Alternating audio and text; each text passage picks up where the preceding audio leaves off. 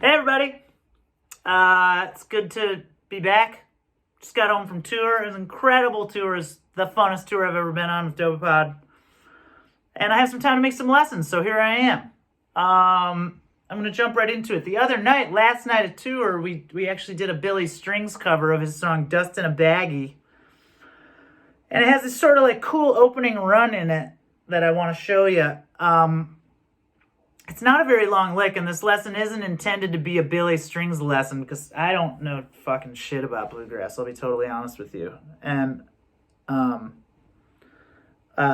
certainly don't know enough about Billy Strings to make a whole lesson on him. But what I do want to talk about is, which is the actual point of the lesson, is learning any kind of piece of musical information and taking steps to adopt it into your own vocabulary and kind of make it your own, which is sort of a constant question that we all are always asking. It's like you'll transcribe or like learn solos and licks by ear, and then you're kind of like, well, how did I get anything out of that? It's pretty abstract, you know. Sometimes you're never sure you even got better from learning it. So I want to take this lick as an example of some steps that you can take to sort of diversify a piece of musical information so that you can use it in a lot of situations, and so that you can sort of tweak it so that you're not just like parroting the original lick, because I don't know about other people. Usually that doesn't go too well for me. I have to like be able to tweak it and just sort of like do my own thing with it. So I want to talk about ways to do that. But first off, let me show you the lick. It's in G, and sort of in this open string position of G.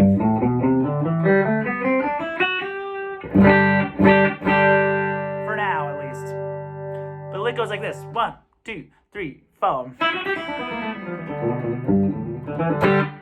me do that one more time. 2, 3, 4. All right, I'm going to slow it down here. So, the high E is 0, 2, 3, and then 0 again. Okay? Okay, then 3rd fret and open on the B string. Okay? The next two strings are exactly the same. It's 3, 2, 0. Okay, so. All right. Then on your A string, you do a little slide from the 1st fret to the 2nd fret, or your minor third to your major third. Okay, then root note G on your low E. So, okay, then this sort of little classic thing where it's, don't worry, I'll include tabs and stuff, but when you put it all in context, it's like this: 2, 3, 4. A little faster. 1, 2, 3, 4.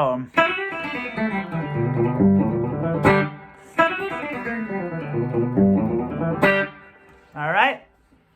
Very cool lick. And one of the kind of most interesting things about it to me when I learned it, which I'm going to sort of like kind of use to my advantage a little later on, is that lick to me, when I first heard the song, kind of fucked with my head a little bit, because to me it sounds like it's starting, it sounds like it's a pickup, meaning it's not starting on beat 1 of a measure but a little earlier. So to me it sounded like it was starting on, I think, beat 4. The reason I think it felt that way to me was because the first 2 notes are walking up to the root note, and my ear expects the root note to be beat 1 of a measure, right? You know, it's the tonic, it's the melodic one. Kind of you want it to be on the rhythmic one of a measure too, you know? So it felt like it was going 1, 2, 3. Right? 1, 2, 3.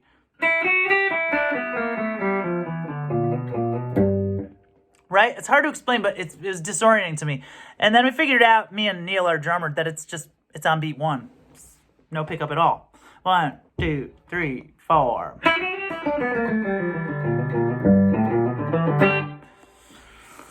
We're going to circle back to that kind of mentality in a minute. But for now, let's talk about how to expand this. So maybe you can actually start maybe like taking the information from it and saying your own things with it, you know? So the first thing, obviously this is an open string lick, and very kind of, to me, is like a acoustic guitar idiosyncratic thing. It's something that would sound amazing on acoustic guitar. I don't play a whole lot of acoustic guitar. I hardly ever even take mine out of the case, to be honest. I mean, I get paid to play electric guitar most of the time. So I want to take this lick and convert it to the instrument that I play on, which is electric guitar. So, I mean, it sounds pretty good with the open strings, but electric guitar, to me, sounds best when everything's fretted. It just does. Open strings seem to really jump out. They're like louder than the fretted strings or something. So the first thing I might do, and this also helps me to just be able to understand the lick on a little more like piano-y general music knowledge and less guitar-y. Like when I think about it, just in my bread and butter G major position, I'm thinking about the scale degrees of the lick, not the fret numbers or anything. Like this to me is very physical. Like the lick to me is based around which frets do you put your fingers on, where when I convert it to this,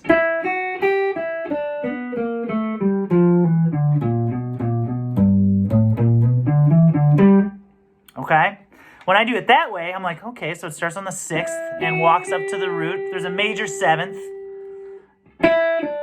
It skips my 4th scale degree altogether, C in the key G. It's not there at all. It skips right to my 3rd, major 3rd, then it goes down chromatically to A.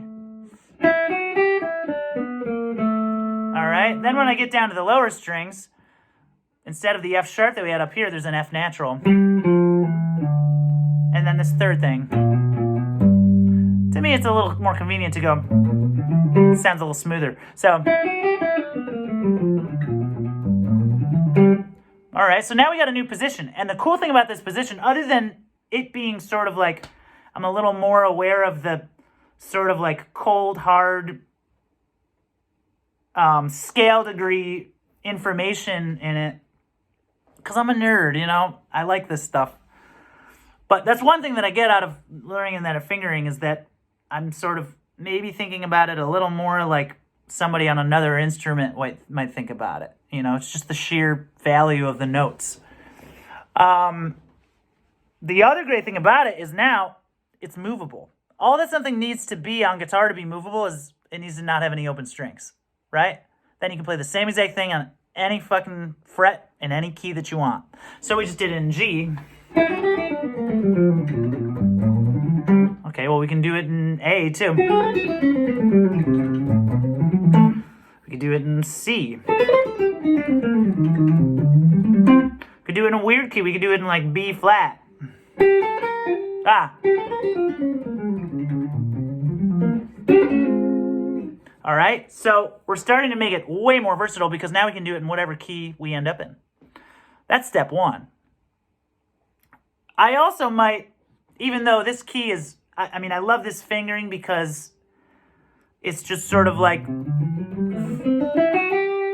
the major shape that's been pounded into my brain since I was a little kid.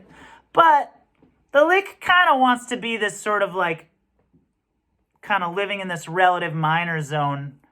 So I might actually do it like if we learn it in A, I might actually learn it more like any note that our first finger hits is basically what used to be an open string when we did it in G. So it'll look almost exactly like the original key we did it in.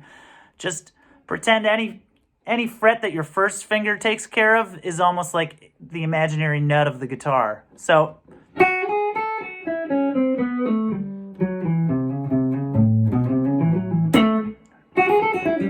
that's probably the easiest way to play it movable.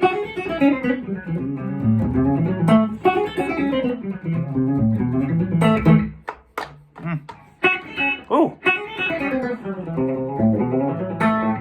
All right. Cool. So then the next thing to do, because it's sort of easier said than done to play things in a lot of different keys, the next thing I might do would be to, I think the most intuitive thing people first want to do is they just move chromatically, which totally has value. You could do it in A.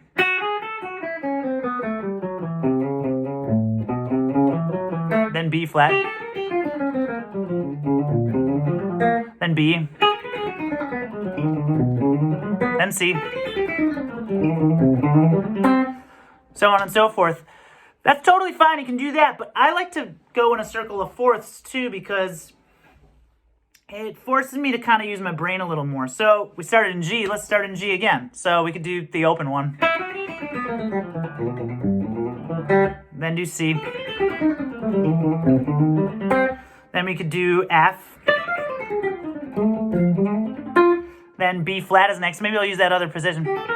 Ah. Ooh, it's harder there. That's maybe not the friendliest position. Ah.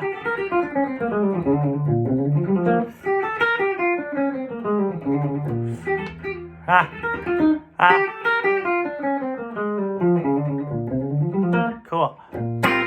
All right, and then what's after that? E flat. So, until you get all the way back around to the key you started in. That's a great way to do things. So now we've made it so we can do it in a ton of different keys. And to me also as being like sort of like, you know, kind of, I think the situations that I improvise in the most are like modal ones. Is to figure out, even though a bluegrass player probably, I don't know if they would think about it this way, but I'm sure that most of them are capable of thinking in any way that any other musician would. But I don't know if they would I don't know if they would do it in this situation. It might be too like geeky. But I might think about what mode that lick would actually live in the most comfortably. The closest thing, it doesn't live exactly in any one mode, mostly because it has, in the beginning of the lick, has a major seventh, and then when you're down here, it has a flat seventh. So it's kind of in Ionian 1 second, and then Mixolydian the next. But to me, it's a little more of a Mixolydian lick than an Ionian one. So maybe I would start to do it over dominant seventh chords. So maybe over A7. Let's see what happens.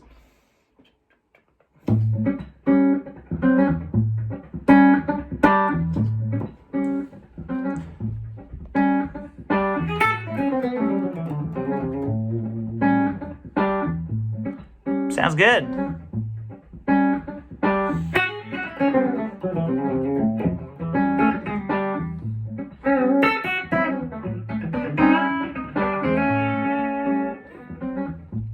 Let's try that other position and see if it's a little more cozy yet. Oh, sorry. 1, 2, 3, 4.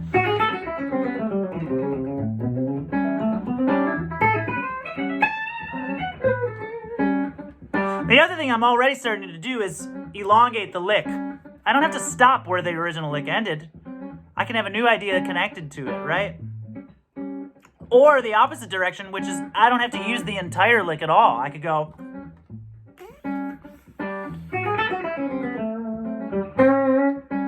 just use a piece of it.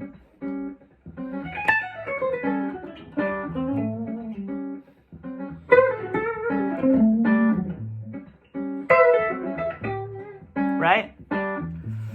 All right, let's move on now. I want to talk about another thing that you can do that is a little underestimated, which is, like I said earlier, to me, this lick sounds like, initially to me, it sounded like it started on beat 4, and it actually starts on beat 1. But who says you can't experiment it with what it would feel like on other beats, right? So we know what it feels like on beat 1. It feels like this.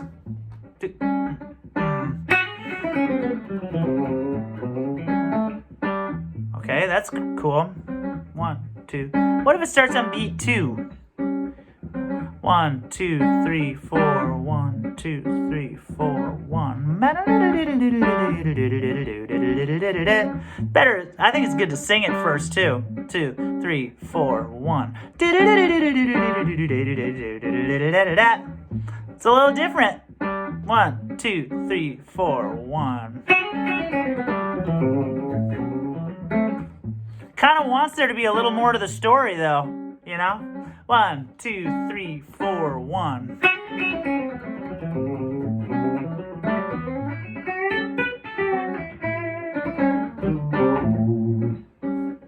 Okay, how about beat 3? What's it feel like on beat 3? 1, 2, 3, 4. 1, 2. Interesting. 1, 2, 3, 4. 1, 2.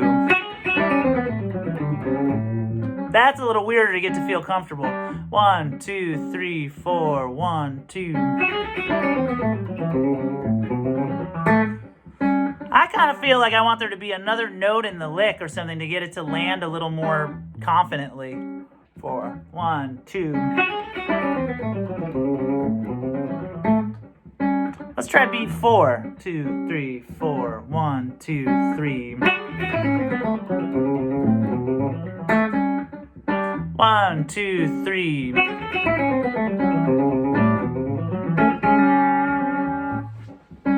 And trying them on these different rhythms will naturally force you to kind of use your spidey sense to kind of change the lick a little bit to just get it to sound right in that rhythmic context of where it's living in a measure. Once you get confident with that, you could even try the upbeats too. What happens if that lick starts on the and of 1 or the and of 2, so on and so forth. Let's see if we can do it. 1, 2, 1, and 2, and 3, and 4, and 1, 2. 1, 2, 3, 4, 1, and 2. 1, 2, 3, 4, 1, 2, 3, 4, 1. Now I really want to add an extra note. I'm adding like a little ghost A note in the bottom. So now to me it wants to be this. 3, 4, 1.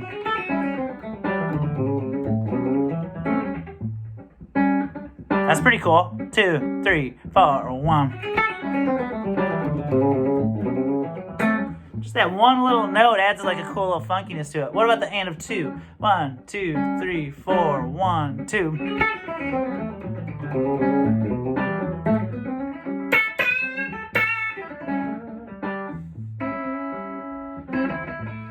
Also kind of cool. And a 3, can we do that? 1, 2, 3, 1, 2, and 3, and 1, and 2, and 3, and 4, and 1, and 2, and 3. Ah. Ooh.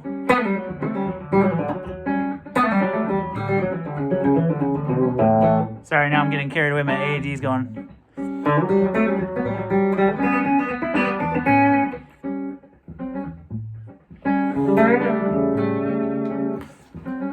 All right. So that's pretty cool. Rhythmically, we have, what is that, 8 different options now? You have your 4 quarter notes. You have your 4 upbeats in between the quarter notes. Right? 2, 3, 4. Yeah. So those are some cool options to have a lick so that, and it's also just sort of because of the Murphy's Law of music, you're not gonna have everything go exactly the way you want or the way you practice it. So you kind of need to be ready for your hands to play a musical idea, even if you're not landing on the beat you intended to land on or a part of the fretboard you intended to land on. So I think it's good to explore as many options as you think you might encounter to play the same thing. Then finally, something that's worth experimenting with is, because this is a very majory lick, but what happens if we're in a minor key? Is there a way we can still use that lick? Well, maybe, like, I don't know about the exact lick I wouldn't necessarily lift, but like, let's say I'm in A Dorian. A really common A Dorian thing might be like A minor 7 to D major or D7 or D9 or something. So, I mean, that lick's not going to sound good right in the key of A because it's a very majory lick. Watch.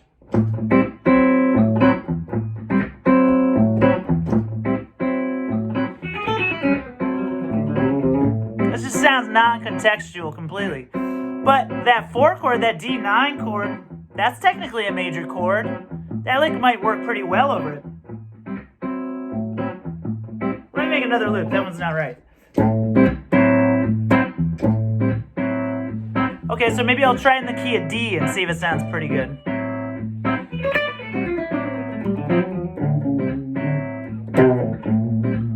Sounds pretty good if I make a couple little adjustments to get it to land on somewhere kind of relevant. If I play it exactly the same way, it sounds totally out of context, but there's things that you can do about that. So maybe like, the other thing I might think to do is, I want to get rid of this C sharp, that's the second note in the lick. That has nothing to do with A minor. That's a note that would only be applicable to A major.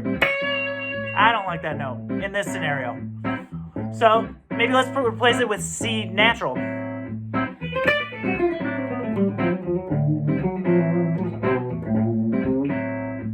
All right, that lick is living there pretty well now.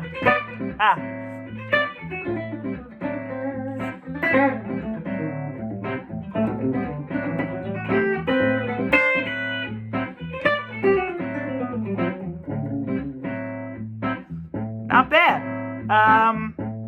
Where else could I use it? Might be able to get away with using it in G too, because A Dorian is the same thing as G major. So maybe I could do it up here. Kind of works. Works a lot better if I land on an A note. Let's do it with a little overdrive too.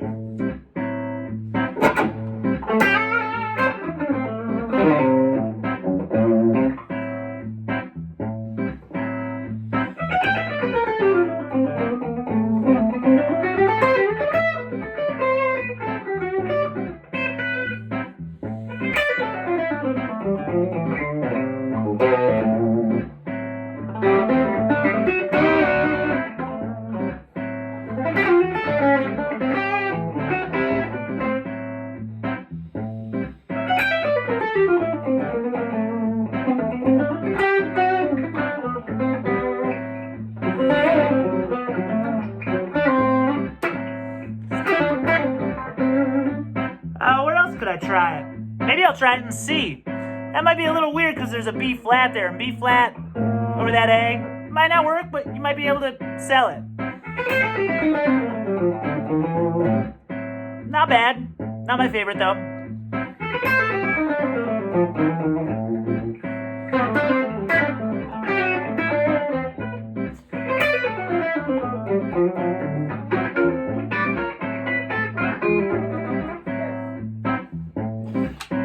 But look how far we've come from just this one lick from a Billy Strings song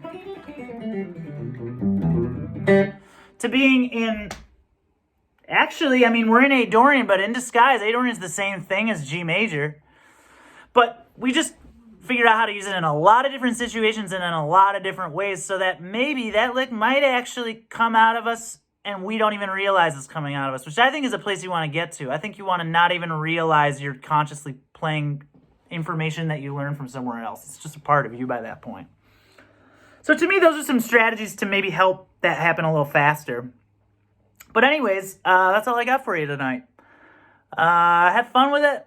Take care of yourselves. Have a good holiday, and I'll see you all soon. Bye-bye.